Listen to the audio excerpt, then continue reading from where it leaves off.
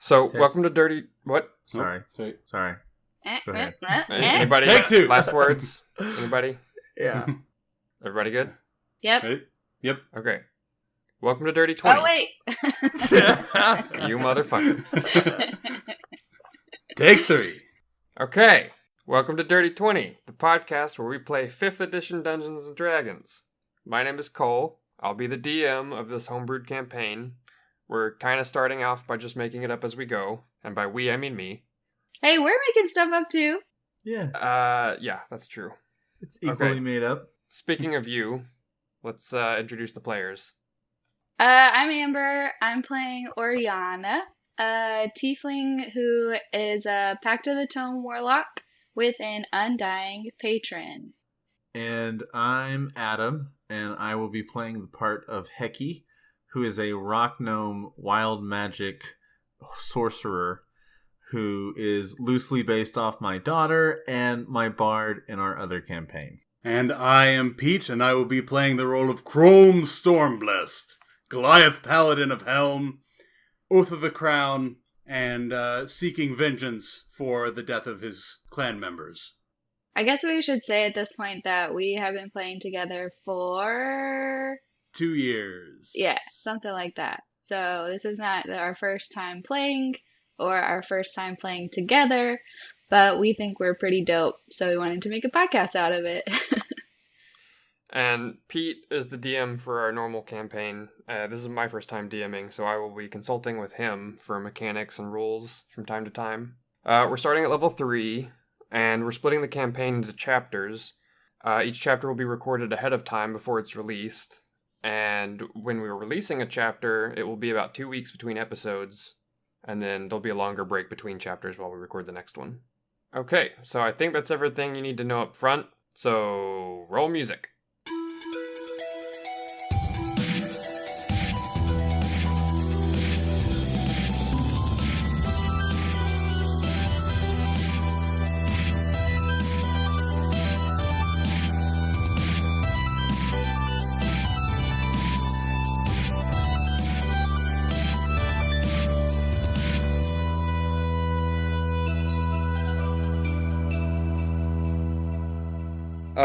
Okay, so we've done a quick practice session that kind of explained how your group found each other. You came together to save the port town of Cliff's End from a monster that was wreaking havoc on it.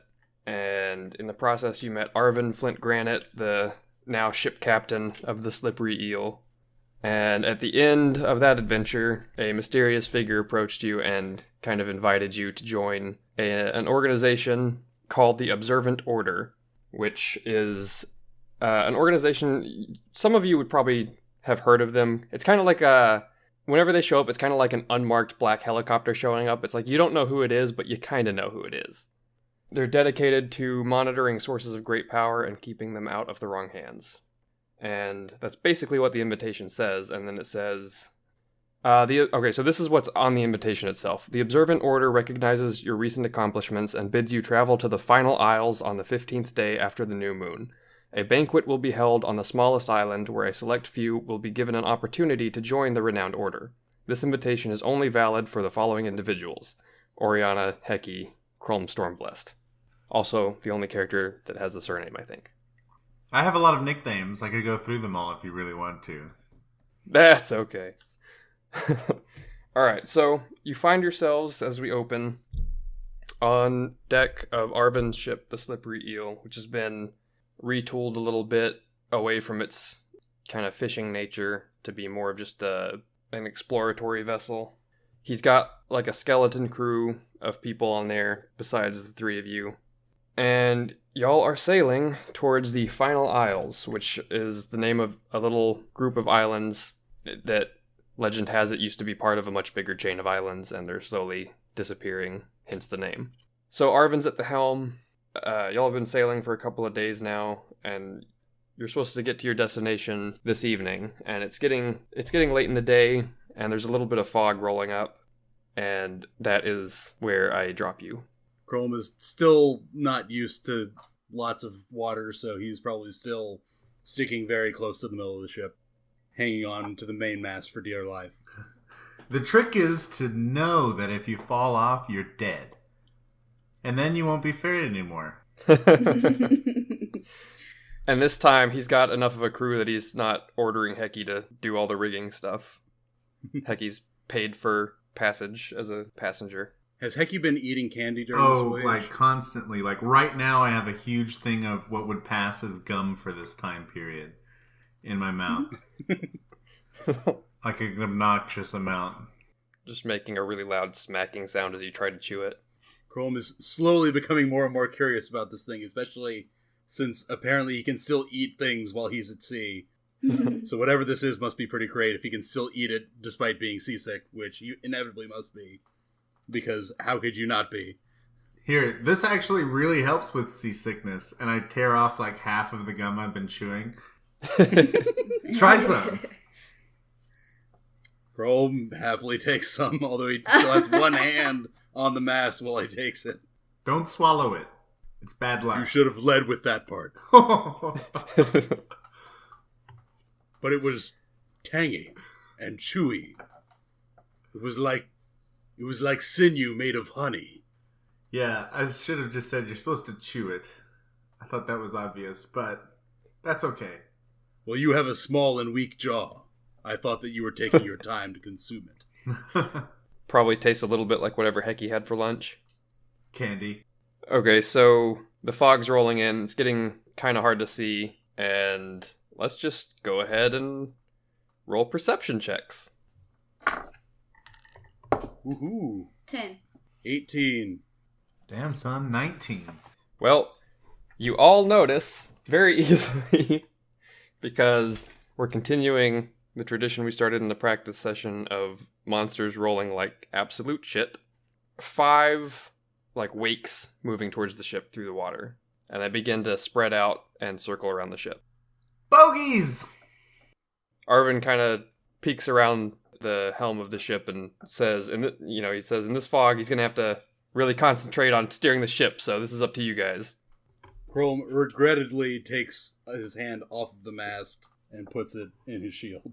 So Chrome's still near the mast. Where are the other two? I said I was at the railing, and since I saw them, I guess I'm on the side that they're coming from. Well, they're coming from the front. They kind of came from the front and then began to spread out to surround the ship. All right.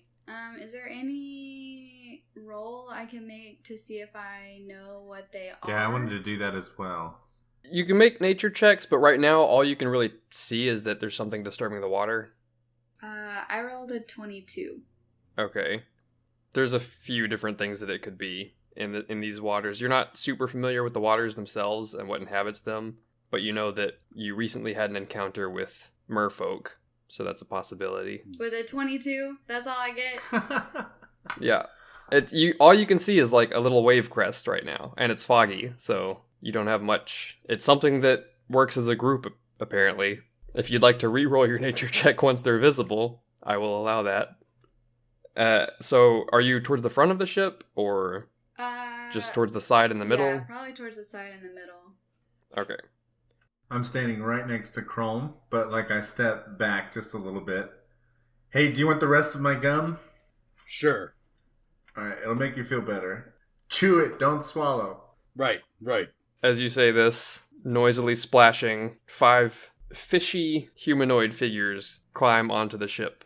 2 on each side and 1 towards the front.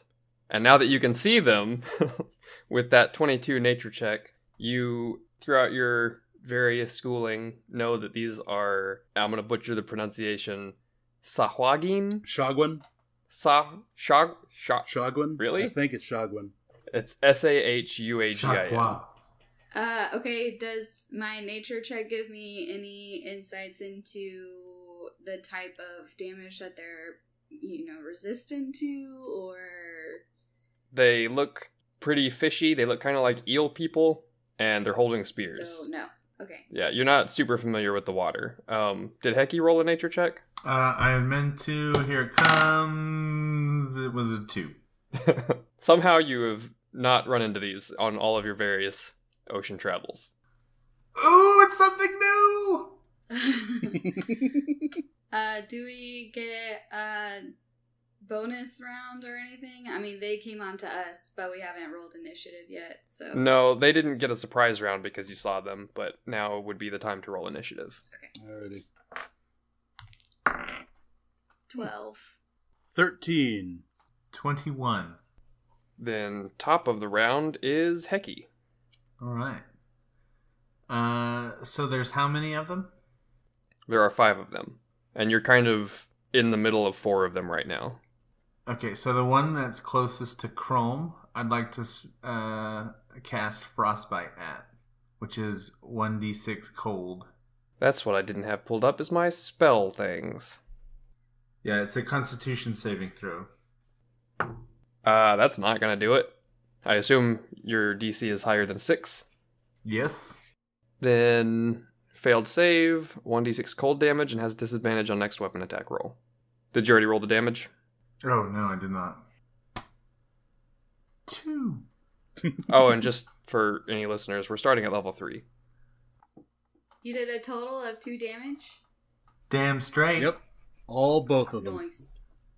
But I gave them disadvantage. Okay, are you doing anything else? It's about 10 feet from you on either side. There's one of them like on each side of you about 10 feet away. 15 feet away. No, I kind of just like look at him and like start to growl a little bit. Okay. Next in the order is the first Shogwin, which is the one that's on the other side of you.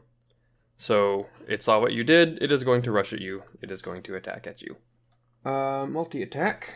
So one with its bite and one with its claws or spear. So it's going to make a spear attack at you. That is a 13. That I have a 13 class. Okay, so that hits. You take a whopping 2 piercing damage. 2! Oh, Take that! Oh, my bad. Hold on. I looked at the wrong thing. It was actually 1d8 plus 1 because he's using a spear with 2 hands. You take That is a 10. whopping 5 piercing damage. And then he's going to make a bite attack. Oh shit. That is a 16. That hits. And then that one is the 1d4 plus 1, so I'll use the dice that I rolled earlier, so that's a whopping 2 piercing damage. Ow. Next in the order is the Shogwin at the front. The mast is kind of obscuring Chrome right now, so it's going to run over to Oriana, and it will also multi-attack. That is a 7. That does not hit. And the bite is a 18. That hits. You take 5 piercing damage. Oh no. Oh wait, can I use my reaction at that point? Yeah. Okay, so I'm going to cast Hellish Rebuke at the 2nd level. It's 3d10 and it's a dex save and it's fire damage. Okay, so you have to make a dex save. It's not going to make that. Okay, so 3d6. 3d10. 3d10. Oh, 3d10. Perfect. That is 12. Wait, no, that's a 9. So 15. Damn. Yep. He looks shocked and appalled. Good. So now that brings us to Chrome. Alright. Chrome offers his prayer. Guardian! Watch over the small one! And I cast Shield of Faith upon Hecky. So that bumps his AC by 2 for the next hour as long as the next 10 minutes as long as I maintain concentration. And then I will go after the one that he frostbit. Okay, so you'll have to kind of scoot around the mast, but you got plenty of movement to do that. I think the mast kind of keeps you from taking an opportunity attack there. Swing my axe. Oh, that shield thing's a bonus action then? Shield of Faith is a bonus action. Yeah. Oh, cool. That's But awesome. unfortunately, I got a whole 11 for my battle axe attack. That just misses. Kind of like smack the gum a little weird. And it throws me off. You notice that I blow a bubble and it confuses me. the Shogwin kind of smells like the gum tastes now, because of that whole smell-taste thing. Alright, that brings us to Oriana. Alright, so I'm still getting used to this bonus action can't deal damage thing. So if I cast a spell, then can I use my can I use my dagger to attack on my bonus action? No, that's a rogue thing. Grr! Rogues are so much better! Okay. Okay, so there's one, like, super close to me to the point where I can touch it. Yeah, I mean, it stabbed you a second Yeah. ago. Or bit I'm you. just Yeah. making sure. And then there's also another one that's currently attacking Heki, probably 10 feet from you. And then there's a third one who had jumped over the rail and hasn't taken an action yet, who's another about 10 feet from you in the other direction. Okay, so there's one in front of me, and then one to, like, my right 10 feet, and one way in front of me, like 10 feet. Like, in front of you is the immediate one, to your left 10 feet, and then behind you 10 feet is the one that's engaged with Heki. Okay, so I just want to reach out and cast Inflict Wounds. So that is a 21 to hit. That will definitely hit. Cool. You're doing this to the one that is right next to you? Yeah. Okay. So I'm casting it at the second level, so that's 4d10. So 12, 13 plus 6, so 19. It is extra dead. Cool. And then I want to make sure that I say that I use my Indoctrine in Death, so I don't lose a spell slot. And then I want to use my movement to get close enough to the one that hasn't been touched yet. I'm not sure what melee range is, but I think it's like 5 feet or something. Okay, you don't have any other actions to take on this turn, so you just want to run up to it? Yeah. Okay. You are all up in its face. And that's it. Alright. Let's see, this brings us to the Shogwin that hasn't done anything yet on Chrome's side, so he's going to run up, and he is going to flank Chrome. So I ran up to him, and he immediately ran away, like, towards... No, this is you ran up to Shogwin number 2, and this would be Shogwin number 4. Okay. Is And he Shogwin actually- number 4 the one that has disadvantage on his next weapon attack? Nope, that is Shogwin number 5. Son of a bee. So actually he doesn't have to flank you because he has Blood Frenzy, so he'll get advantage on melee attacks. Oh, wait, have you been hit yet, Chrome? No, okay. He doesn't get any advantage. So he will try to flank. Okay, so he's now, like, between you and the mast, and he is going to take his 2 attacks, each with advantage due to flanking. Do you guys think I should just ignore flanking since this is like a thing that you can't look at the battle map? No, because we get advantage if we flank, right? Yeah. Yeah. It'll just be... Okay. So that is a 22 to hit on the first attack, the spear attack. And I'll go ahead and roll the bite attack. Nat 20. Oh, no. So, Right. let's see, So spear we're gonna attack. Stone's Endurance, the bite attack. So first the spear and then the bite. Okay, so the spear attack is 1d8 plus 1. Ooh, that is 9 piercing damage. Jeez. I already said I'll wait for the bite, so I'll wait for the bite. And then the bite attack was the nat 20, so that's 1d4 times 2 plus 1. So that is a whopping 5 piercing damage. And I'm gonna Stone's Endurance that, reducing it by 9. So that is So- no piercing damage. That does nothing. As the spear draws some blood from you, the eyes of both of the Shogwin surrounding you kind of light up in a little bit of a frenzy. Okay, so that was Shogwin number 4's turn. Now it is Shogwin number 5, which is the one with disadvantage, although because he has Blood Frenzy against Chrome, that cancels out. So he has neither advantage nor disadvantage. Oh, and also I need to make a con save from earlier to maintain my Shield of Faith. Ah, yes, Okay. right. It's a 14. To be honest, I don't know what that would be against. Basically, I think it's base level 10 or half of the damage that you took, whichever is greater. So I think I didn't take more than 10, so it's No, yeah, you took 9 higher than damage, 10. So Shield of Faith is still up. Heki, you're not dead in the water yet. Thank goodness. Okay, so Shogwin number 5 attacks with his spear against Chrome. That is a whopping 9, so that will be missing. And then he reaches out to bite with his frenzy, and that is a whopping 10. So that will also miss. He's just so frustratedly frenzied right now. That ends his turn, so that gets rid of the frostbite effect. And now we're finally to Shogwen number 2, the one that Oriana ran up and just mean mugged. So it is going to attack Oriana. Oriana does not have full hit points, so it will have advantage on these.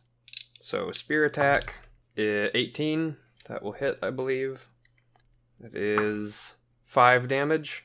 And then bite attack is a 21.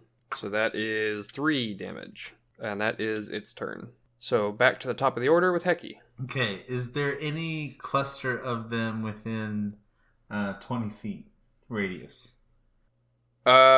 Yes. So there's 2 of them flanking Chrome right now. So they're within that space, but Chrome's between them. And then you could get one of them beside Chrome and then the one that's attacking you. Am I also in that radius? You could probably squeeze it to where you're not. Okay. If I am, that's fine, I think. Okay, so I will cast Sleep at level 2 in that 20-foot radius. Okay. So that's 78. Neither of these particular Shogwen are hurt yet, so roll good. Okay, so I got 8, 16, 20 plus 28, 29, 33 total. Starting with the least amount. And if I'm in that circle, then that would be me. Probably. No, you're not quite in the circle. You've managed to just get the 2 of them kind of just inside the perimeter so that you're not in it. It does put Shogwen number 4 to... Actually, yeah, he's closer to what I'd say was the center of the circle, so I would assume that's how that works. So Shogwen number 4 kind of slumps over asleep. Shogwen number 1, the one that was attacking you, kind of shakes it off. Okay, and then I'd like to, as a bonus action, use Quickened and cast Firebolt, which is a ranged attack. Which isn't going to hit because it's a 4 plus something. If it's a +8, I think you're good. No. Yep, that will miss. So that will conclude your turn unless you want to move anywhere. If I move, am I going to get an opportunity attack? Yep. Okay, then I won't move. I'll just chill there. Okay. Brings us to Shogwen number 1, which is the one attacking Heki. Remind me, Heki, are you at full health? No. Okay. Then it does have advantage, but you do have +2 to your AC. Which would bring it, to 15? Yes. Okay. First attack, he rolled a 15, +3. So the spear will hit. Can I use my reaction on this one to... Oh, I hope it's not It's probably too late. I wanted to cast Shield. Yeah, I'd say this one already... Well, what is that? I don't know. I'm not familiar with it. It's a reaction, and it gives me +5 to my AC. Yeah, if it's a reaction, then you can still do that. Okay, so I'll cast that, which gives me a... 20. So then that would not hit. Woo. You just avoided taking 2 piercing damage. Oh, ho, ho, ho. Now he will try to bite. That is a 17 +3. Okay, that'll hit. Does the shield only last for that one attack? It lasts for a round. Oh, okay, so it still hits. Damn. Just. And that's a 4 + 1, so 5 piercing damage. Okay. And that concludes That its was- turn. Oh, well, that was it? Just 5 total? Yeah, Oh, after because all you that. you negated the spear attack, which was a 1 + 1, and then you took the bite attack, which was a 4 + 1. That would bring us to Shogwen number 3 if it wasn't already dead. So now we're at Chrome. Alrighty. Let's see. So the one that got frostbitten still up? Yes, it's no longer under the effects of frostbite, but it is there, and it's one of them that's beside you. It's right next to you. I'm gonna go for him. Axe don't fail me. God damn it. Dice don't fail me, but they do. 11. Not quite, just missed. Don't have my sea legs yet. You don't have a second attack yet, right? Nope. Okay.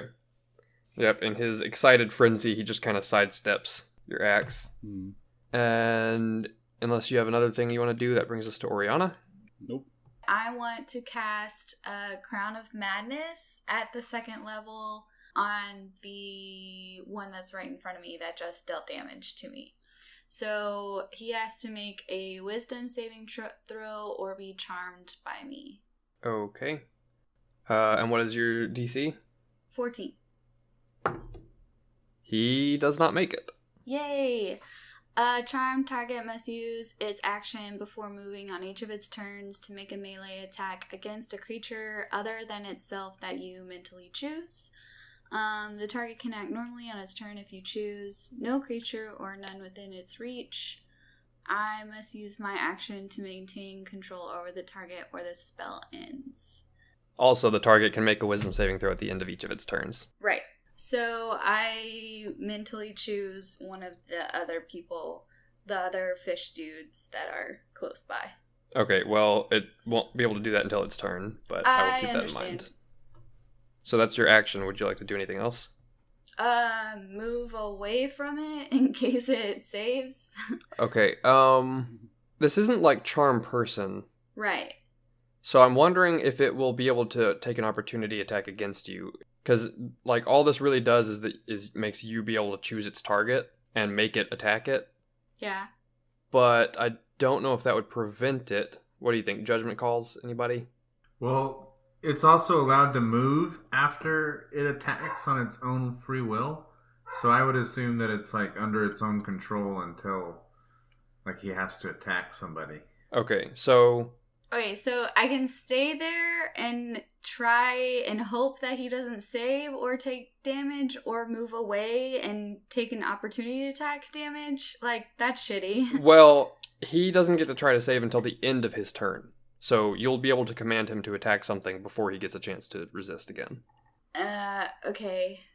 So I guess I don't move. So, theoretically, if you wanted to, you could, on his turn, command him to move and attack something, and then you would get an opportunity attack on him as he moves away. I mean, yeah, that makes sense. I really hate not being able to attack on my bonus action. Okay. So you're staying there? I guess that's my whole round. Okay. I don't think you can command him to move. If I'm like, go attack that guy over there. He has to be standing next to him. Oh, yeah, the target, it says action before moving on each of its turns. Alright, because we're all learning this spell, well, except Pete, probably. Okay, session 1, I'll let you mulligan it. What would you like to do instead? So are the other two, like, next to each other? There's one asleep on the ground next to Chrome, which I need to... Does he get to try to save for that next time or anything? No, I think there's no saves for sleep. It's just if he takes damage, he wakes up. Or if somebody wakes him up, he wakes up. So there's that one asleep. Then on the other side of Chrome, there's one standing who's been hurt slightly. And then the next nearest one to you from the one that's right beside you is the one that's attacking Heki. And it's still at full health. Okay, so how far away is the one attacking Heki? 20 feet. I guess I cast Inflict Wounds on the one that's in front of me. And I rolled a 1 to hit, so perfect. Sorry. So that was Oriana's turn.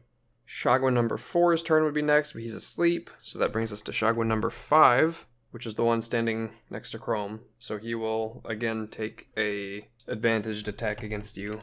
Mm-hmm. That's a 14 for the spear Does attack, hit. and for the bite attack, that is a whopping 7. Also does not hit. He's just so frenzied! Just shaking in his excitement. I did so much math! Alright, so brings us to Shagwa number 2, which is the one that is next to Oriana. So it is going to attack Oriana again. 14 for the spear attack. That is 5 piercing damage. And a 13 for the bite attack. My armor class is 13. So that is 3 piercing damage. Alright, I have 2 hit points. Holy snakes. It's very excited. It's frenzied all over the place. So that brings us back to the top of the round with Heki. Okay, I will cast Shocking Grasp on this guy fighting me, which is a melee spell attack. Oh, which is a 2 plus 5.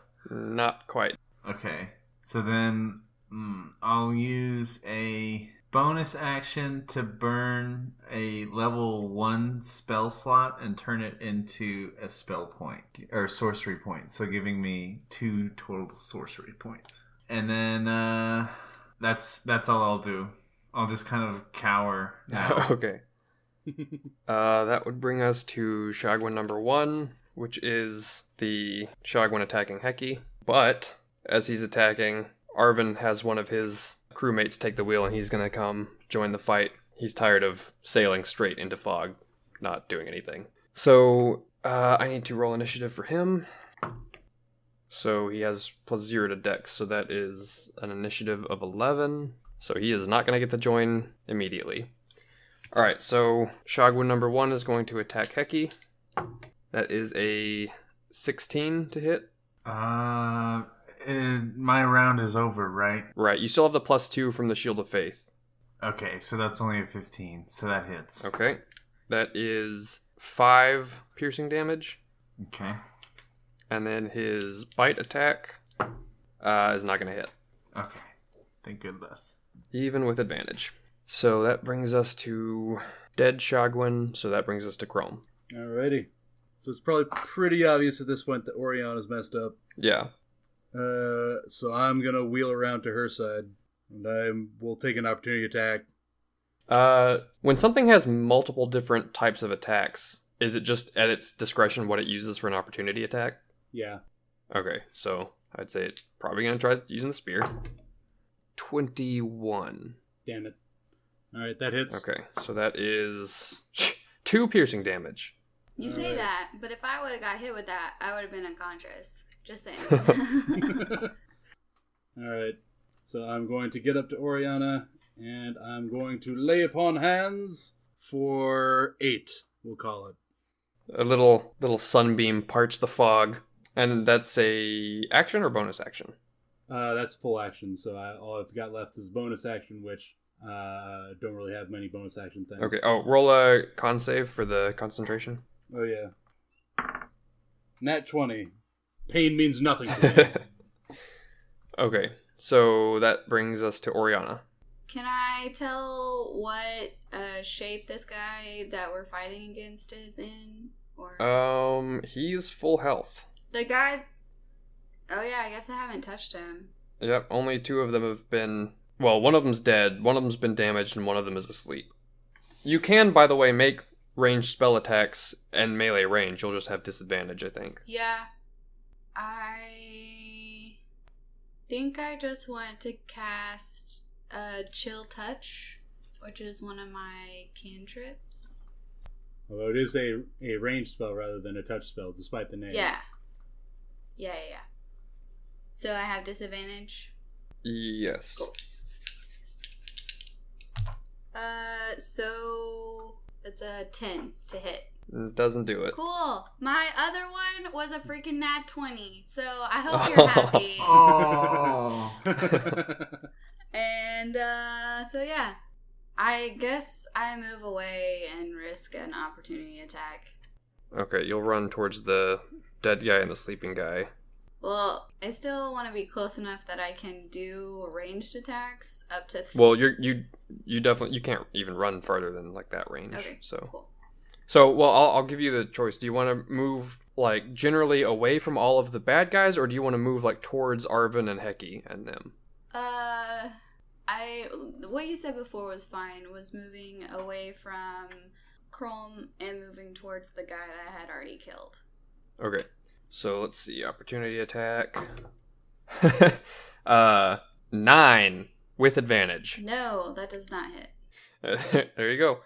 Okay, so let's see. It's Oriana. Shogwen 4 is asleep. Shogwen 5. I guess he's going to race after Chrome and continue attacking him. Oh wait, nope, because Arvin is now in the mix, and his initiative was in there.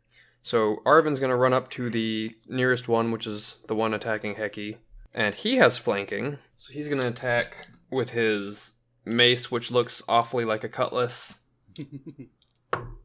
And that definitely hits. The Cuddle Mace. It's like a mace, but it looks like a cutlass and it's made out of cuttlefish. That's 5, so that brings him down there. And then his second attack. Yep, that hits too. 19 plus 4. So that was 1d6 plus 2. So that's another 7.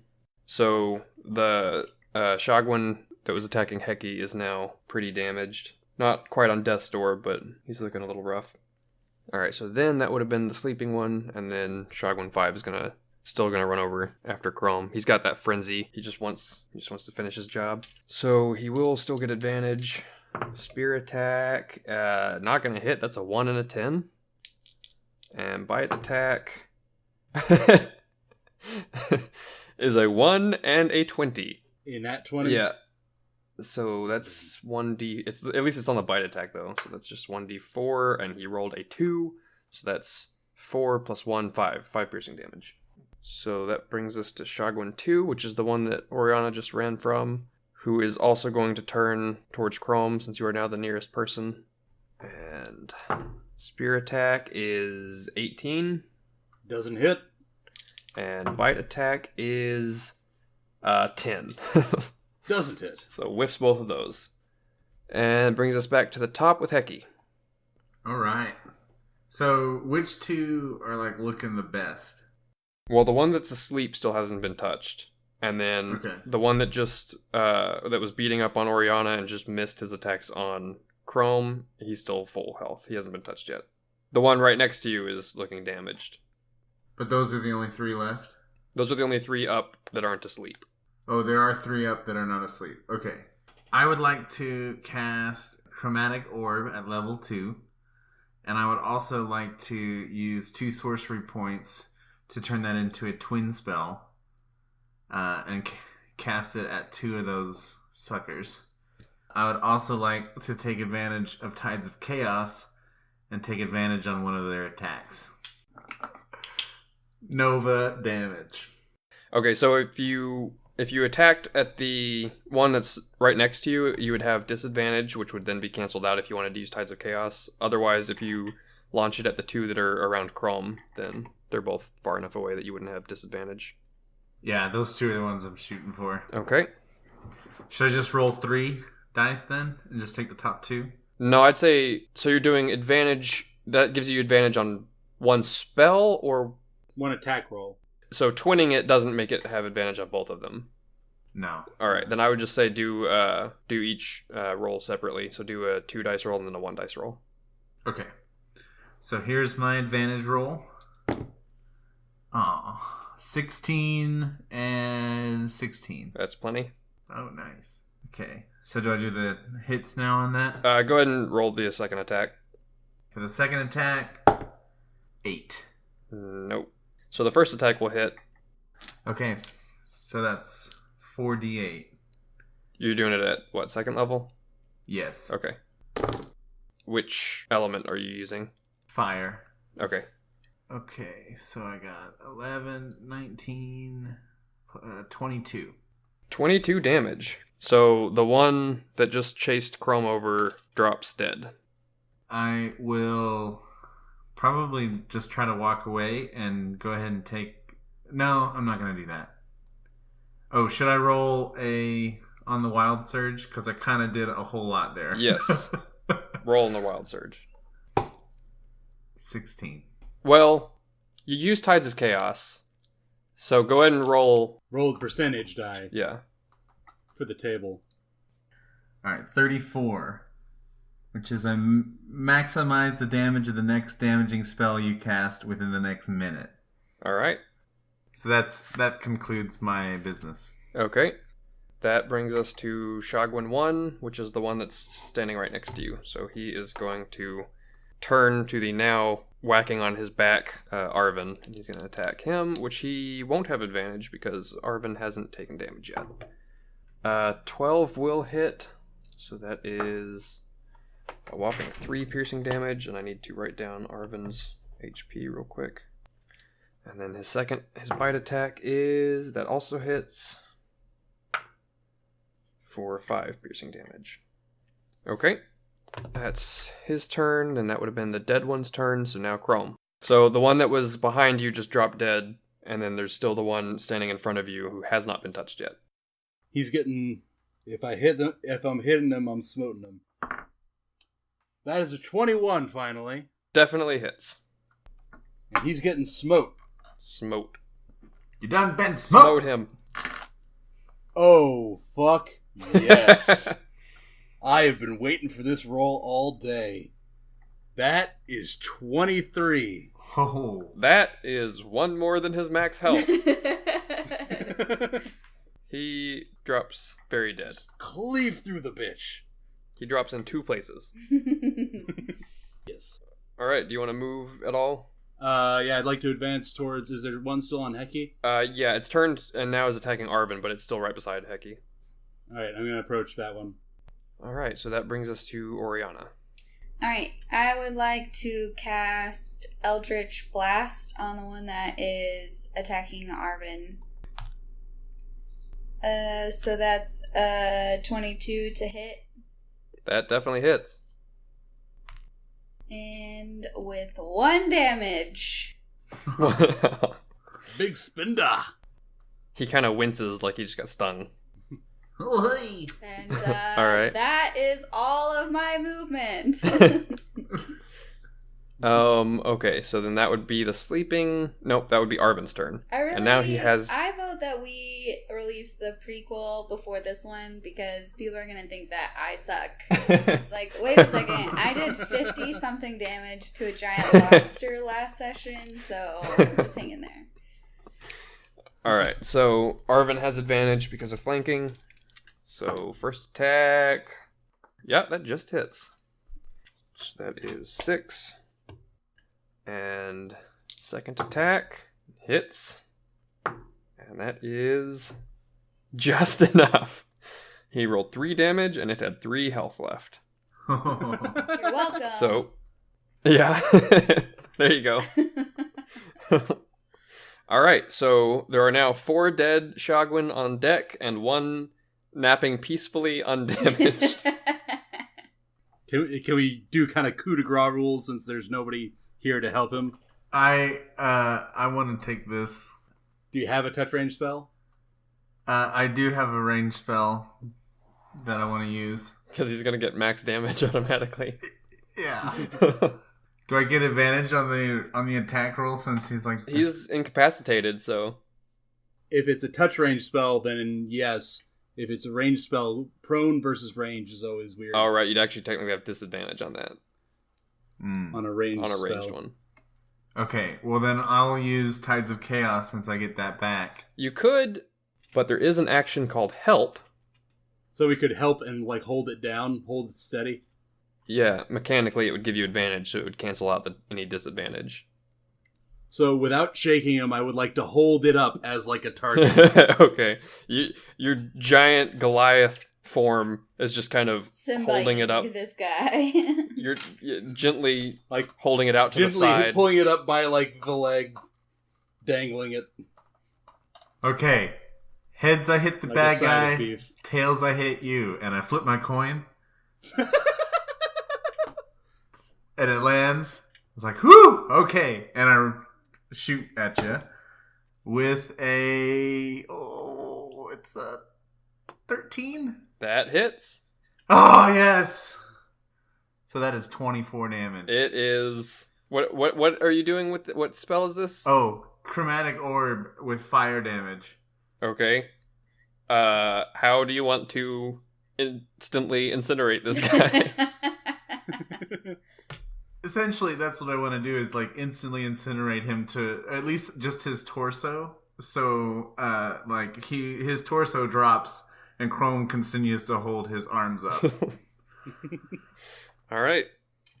That is the encounter. I promise I helped, guys.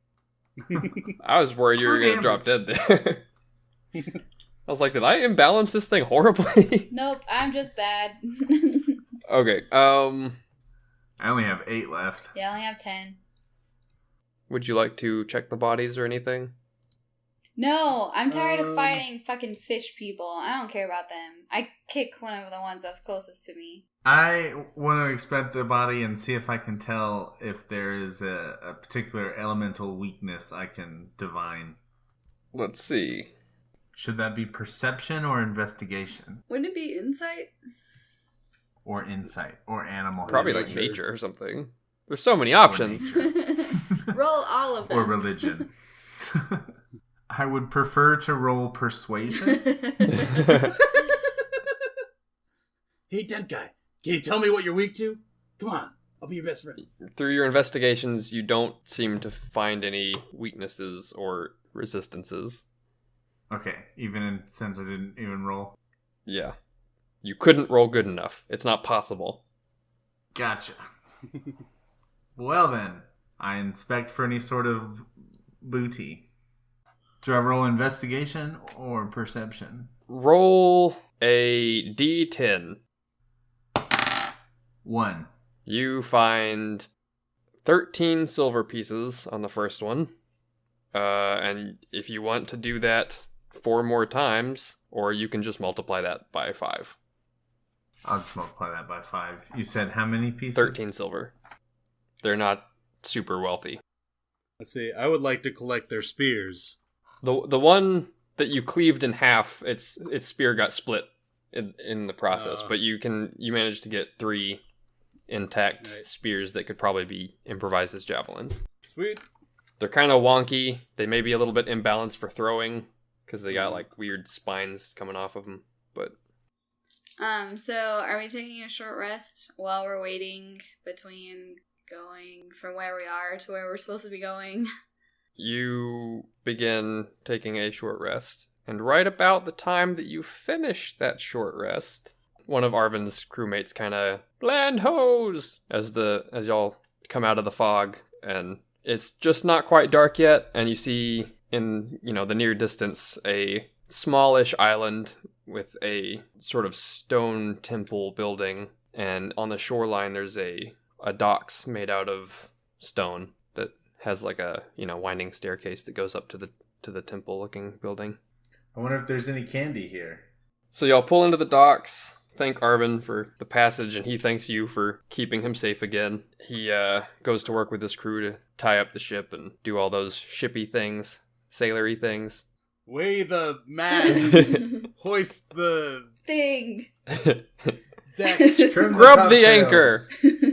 Yes. Trim the anchor. It's looking shaggy. There is a representative of the order at the docks who greets you and leads you up the stairs towards the temple. If you're wondering what it looks like, imagine kind of Yavin 4 Jedi Temple. Is this like an expanded universe thing? Or? I'm just talking like architecturally. So it's like a futuristic kind of... Well, it's cathedral. old. I mean, it's just like that. It's the kind of building that's going on here. Is large, kind of megalithic stonework with like, not so much glass and stuff and wooden doors as you'd find in a normal town, but more just open archways and kind of open windows. So where are we going? Are you asking this in character? Sure. This is why character voices help. The representative kind of just says, "Oh, I'm just to lead you up into the banquet hall." So do we get food? Oh, yes, that's part of the banquet. Perfect. I'm down. Whose temple is this? This is one of the temples of the order, the Observant Order. But which god's temple is this? Oh, it's whoever built this is long gone. There's no religious symbols anymore. So it's to some heathen god. Perhaps. I don't like it. It's being used in a non-religious sense these days. So you're desecrating it. I was like, that's not the right thing to say. She kind of just looks up at you and then stops talking.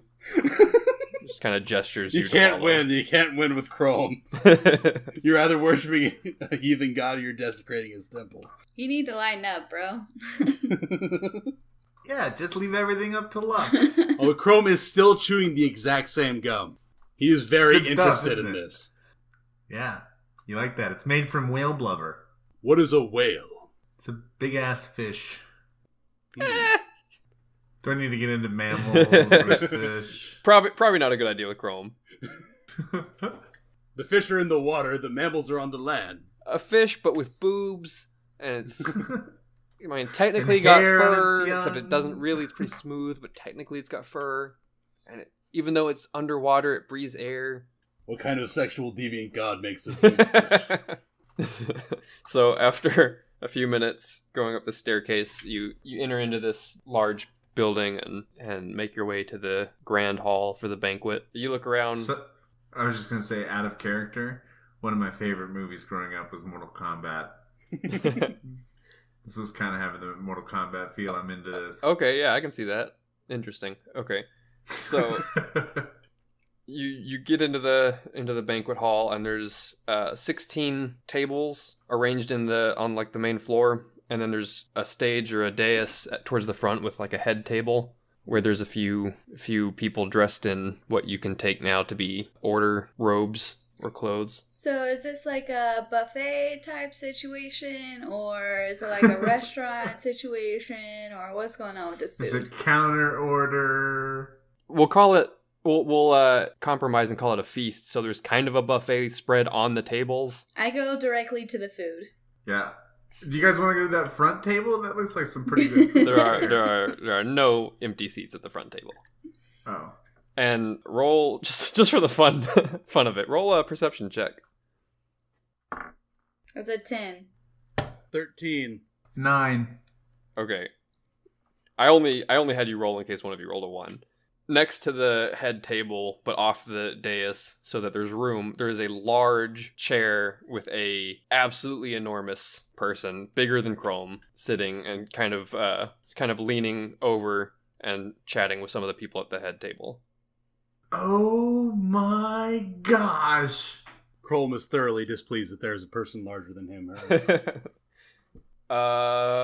Chrome, roll a nature check? Or history, maybe? Either one. Either way, it's a 7.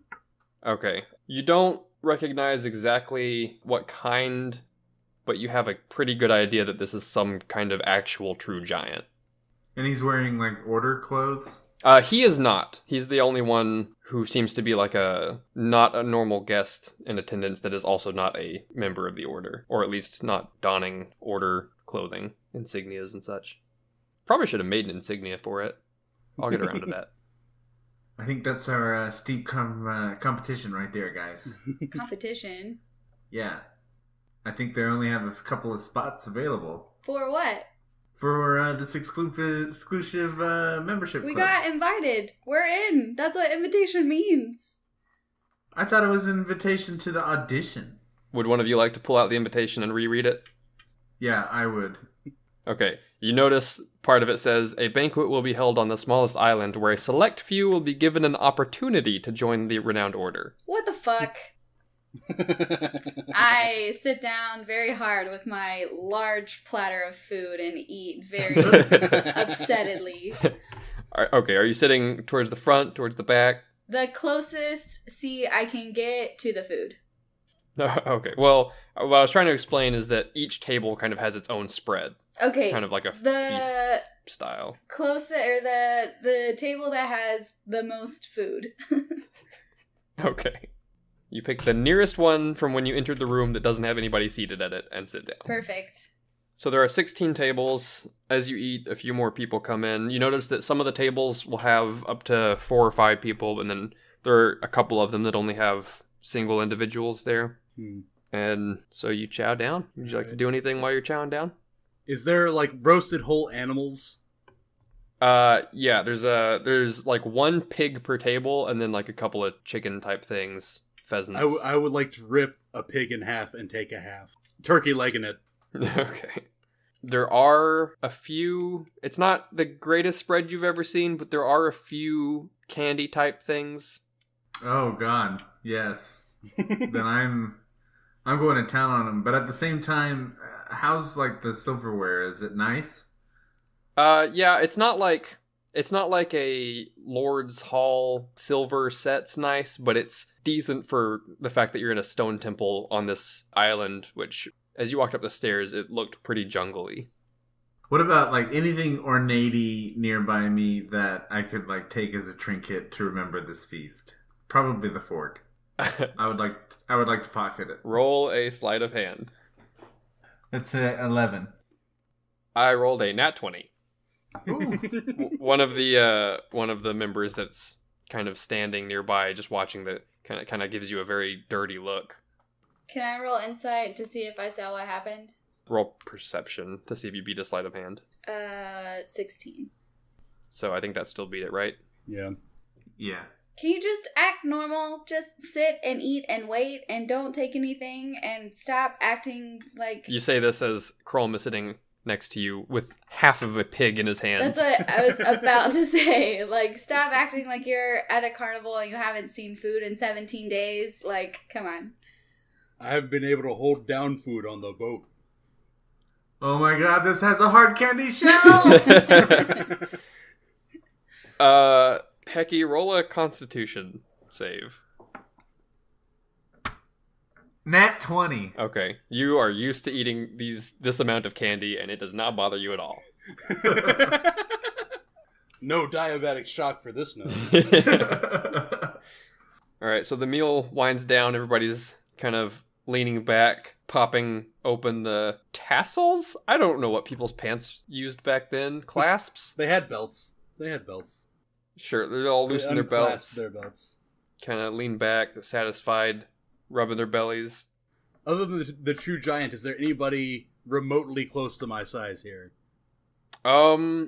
Sure. One of the... Oh, fuck, if I say this, you're going to make me come up with somebody. One of the tables that has just an individual is a Goliath-looking fellow. Can I tell if he's taller than me? It's hard to tell from while you're both sitting. I'm mean-mugging this dude. He has not even looked over at you so far. He's I'm kind of sitting furiously ahead. eating ham as I watch this man like he better not be taller than me. Okay. Are most of the other, I guess now we know contestants, are they like humans or is it a lot of mixed races? It's fairly mixed. There's a lean towards humans just because that's kind of the most common race in these areas, but it's not like a huge majority. Okay. It's just like more of them than any other single race. Okay. Also, have I seen any other like religious iconography on anybody? There are a couple of people who look like they could be clerics of some sort, but it's hard to tell from this distance what affiliation they are with. And you do notice that the other Goliath, he hasn't looked at you because he's also just been staring down this giant. So he's taller than me. He doesn't even see me as a rival. He only sees the giant as a rival. Well, he's sitting closer towards the front, so you'd be behind him. So he's just been not taking his eyes off of the giant. If he sees you, he might consider He you. upstaged me. Sure. All right, so the meal's winding down, and Hogwarts style, one of the people at the head table gets up and walks up to a lectern and clears her throat, and you can see that this is a human female, and she welcomes everybody and says, "Good evening. My name is Sybil Chaucer. I am your liaison from the Observant Order. I would like to welcome you all to our banquet hall. The Order is an organization dedicated to monitoring sources of great power in our world and keeping them out of the wrong hands. It is dangerous work, and our members are handsomely rewarded. The invitation you each received is to compete in a tournament for a chance to join the Order. The tournament will begin tomorrow at dawn. Off the coast to our west is a larger island. In the center there is a temple. Your goal starting tomorrow is straightforward. Reach the temple and gain access. Each group will be given one token as we ferry you to the island. In order to gain access to the temple, you or your group must be in possession of 4 tokens. There are 16 parties, which means there are only enough tokens handed out for 4 parties to gain entry to the temple. You will need to compete to take tokens from the other participants. However, this is not the first time we have held this tournament, and other groups from the past have lost tokens to the island and its creatures. Should you find any of those tokens on your way to the temple, they are valid for entry as well. In the morning, an Order representative will show you to the boats and escort you to the island. They will answer any questions you have about the tournament. For now, you will be shown to your quarters. Get a good night's rest. You will need it." It is Mortal Kombat! So there are 16 other groups? There are 16 groups total. And some of them are not groups, some of them are individuals. But there are 16 Entries. entries, which may be a group or an individual. So as she finishes her speech, Sybil says, now that the feast is concluded, please follow the nearest representative to your sleeping quarters for the night, and we'll get started in the morning. Has the other Goliath stood up yet? He's stood up very slowly at first, and then when he sees that the giant is looking a different direction, he hurriedly stands up and kind of runs off towards one of the hallways. Can I tell from this distance if he's taller than me? He's kind of hunched running, but go ahead and give me a perception check. That's a 13. Also remind me if Chrome is supposed to be shorter or taller than average. He's thoroughly average, but being tall is a big thing in his tribe. Okay. With a 13, it looks close. He looks pretty average for Goliath as well. I'm gonna kill him first. Okay, heads you don't kill him, tails you do. And I flip a coin. Oh, it's heads. You don't kill him. We'll revisit the coin later. Alright, so y'all are just making your way to a sleeping quarters. Yeah. It's pretty Spartan, but not horribly uncomfortable. So y'all want to talk about what happened or just straight to sleep? Is anybody really sneaky? None of us. I'm not. I'm thoroughly unsneaky. By definition. I am large and I clink when I walk. Because I have heavy armor. Yeah, I have horns that make it difficult to stealth. Okay, good to know. I am going to thoroughly polish my armor and then go to sleep. I'm going to eat just a few more pieces of candy and then call it. And then try to go to sleep. Shake myself to sleep. I'd say by now, Hecky's used to sugar comas rather than trying to sleep. So you sleep through the night, nothing spectacular happens. Early in the morning, a representative of the order comes by to wake you up and have you follow him down to the other docks with the smaller boats. Do we see anybody else whenever we go down? Yeah, it's like a dock with a lot of small, what's the word? Moorings, not right. Like small spots for small ships. Moorings may be approximately the right word. Okay. So everybody's kind of going down to the same area, but everybody's getting on different boats with different representatives. Okay. So do we get to know the name of our representative or anything? What's the name of the boat? This boat is way too small to have a name. It's that's bad luck. basically a rowboat. I barely fit in it. Yeah, there is a sail, but it is not it's not like a sailing ship. It's like a very limited range boat that you wouldn't want to. So this small island that you're on is very close to this large island, and you wouldn't want to take this boat much farther than that. So it looks like it could probably fit maybe 8 people of normal size comfortably. So with the Goliath, it's nearly full capacity. With I'd say there's the 3 of you plus one person, one representative, kind of like a lackey just working the sail, and then there's one more representative that's kind of more of a face that's there to answer questions and hand out the token and all that. Are they friendly, or does it seem like we're going into a Hunger Games situation where it's everybody knows that a lot of people are going to die, and so it's very sullen? Is it Wizard Games or Hunger Games? Yeah. Oh. Yeah, it'd be closer to Triwizard Tournament. That there's a chance of death, but it's not like Hunger Games doom and gloom stuff. Okay. Yeah. That's what I was asking. There was technically an opportunity to turn this down. It's just y'all would fuck up my entire campaign if you were to do that. No, ready to go gamble and screw hookers. Yeah. I'll go make my own campaign with blackjack and hookers.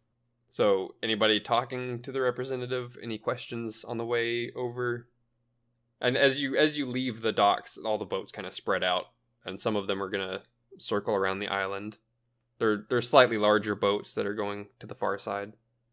Okay, so I have touching magic, so I think I should hold the coin for us, And as a last, they're probably gonna think that we're gonna put it on the big guy or the small guy who's hard to get. So if y'all surround me, then as a last ditch effort, I can use my magic to touch them, and then that will, nullify them. But that's totally defensive and not offensive. The representative leans over and goes, it's a token. I'm gonna punch you in the face. What if we take them right before they go to the temple? So you want to camp? We make camp in front of the temple, yes. They will be at their weakest, having fought several opponents. I like this idea. The representative kind of clears his throat and is like, I've worked a few of these tournaments if you do have any questions for me. Yeah. How did the last winners win? We don't really monitor what happens on the island before reaching the temple, so it's hard to say. I will say that a total of 6 groups made it to the temple with enough tokens last time. So it's not just one. It could be 1. How could it be 1? Well, if an unfortunately large number of people succumb to the hazards of the island before reaching the temple with enough tokens. What hazards? Oh, there are many dangerous inhabitants of this island. Yeah, I want you to detail them out and stop being so vague. Part of the fun is in the surprise. Let me persuade you to give me a little bit more information, and then I pick up a piece of candy, but I don't show him what it is yet, but I kind of shake my hand like I've got something for him. Roll a persuasion with disadvantage. Okay. Oh, that was a nat 20 on my first roll. And 21 on my second roll. He kind of glances side to side and holds out his hand. I give him, the sweet candy. He says, well, I haven't explored the entire island myself, but I do know if you wander through the jungle in certain areas, you might have trouble with some lizard folk. So this isn't an uninhabited island? There are people living here, and you're like, go have fun, tramp through their homelands. I'm sure it'll be fine. There are no, what we call civilized societies racist. on this island. Cool. This is who we're working for, guys. Yeah. That's what every colonialism person has ever said. I mean, if you would like to try to befriend the lizard folk, by all means. They are very territorial. Do you know what languages they speak? Nope, he has no clue. It's something that I don't speak. Well, it sounds like our only offensive option so far is to just go straight to the temple and then wait for people to come to us.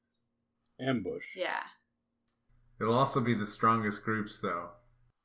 The strongest groups who have fought the most, though. The representative kind of clears his throat again. Are you going to be helpful this time? I would give you gum, but you do not deserve any. The strategy that you're suggesting, it's not an uncommon strategy, but there are some natural barriers to reaching the temple. There is a crater in the center of the island with a very large lake in it. There is an island in the center of this lake. That is where the temple rests. In order to reach the temple, well, around the edge of the lake, there are some extremely steep mountains that are near impossible to traverse. There are 1 or 2 tunnels through the mountains. There are 1 or 2 passes through the mountains.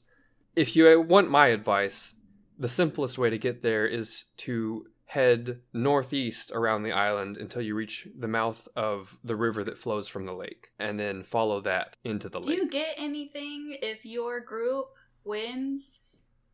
No. Do you bet? He says, no, of course not. And then roll insight. That would be a 5. 16. 13. Okay, with 16, you can tell that there's a little bit more to that answer. Can I persuade it out of him? By doing what? Just saying you're not telling us the whole truth. If you bet on us, then we have more of an incentive to listen to your advice, therefore making you win.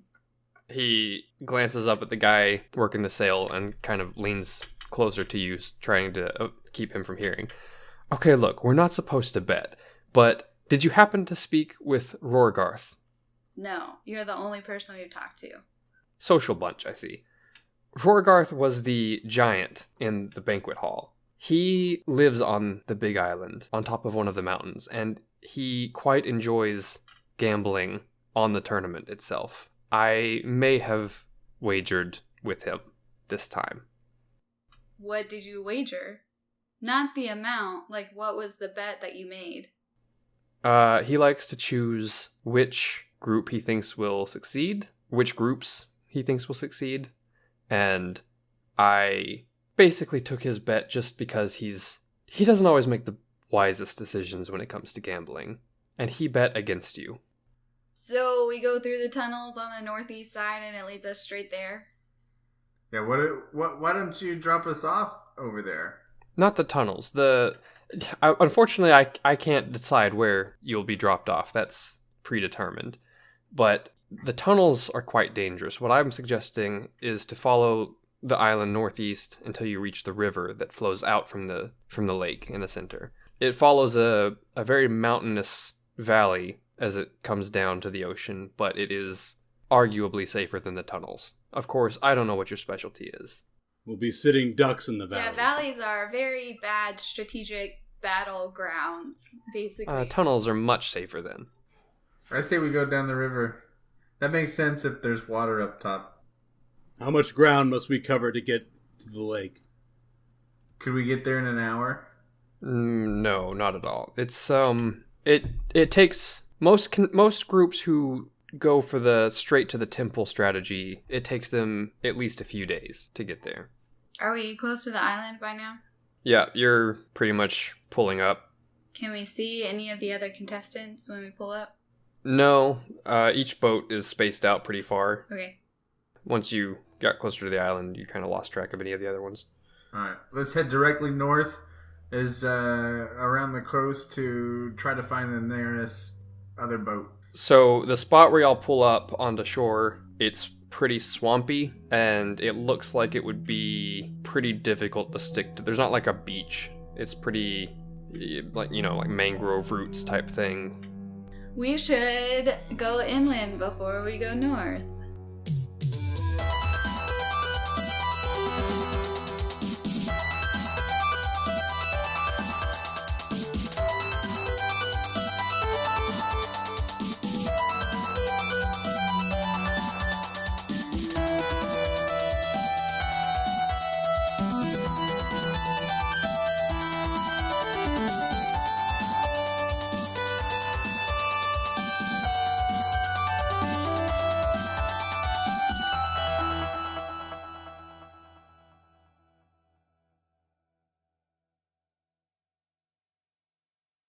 Wait, I lost a dice.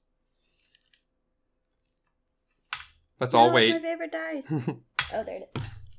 Ow! Okay. I'm okay.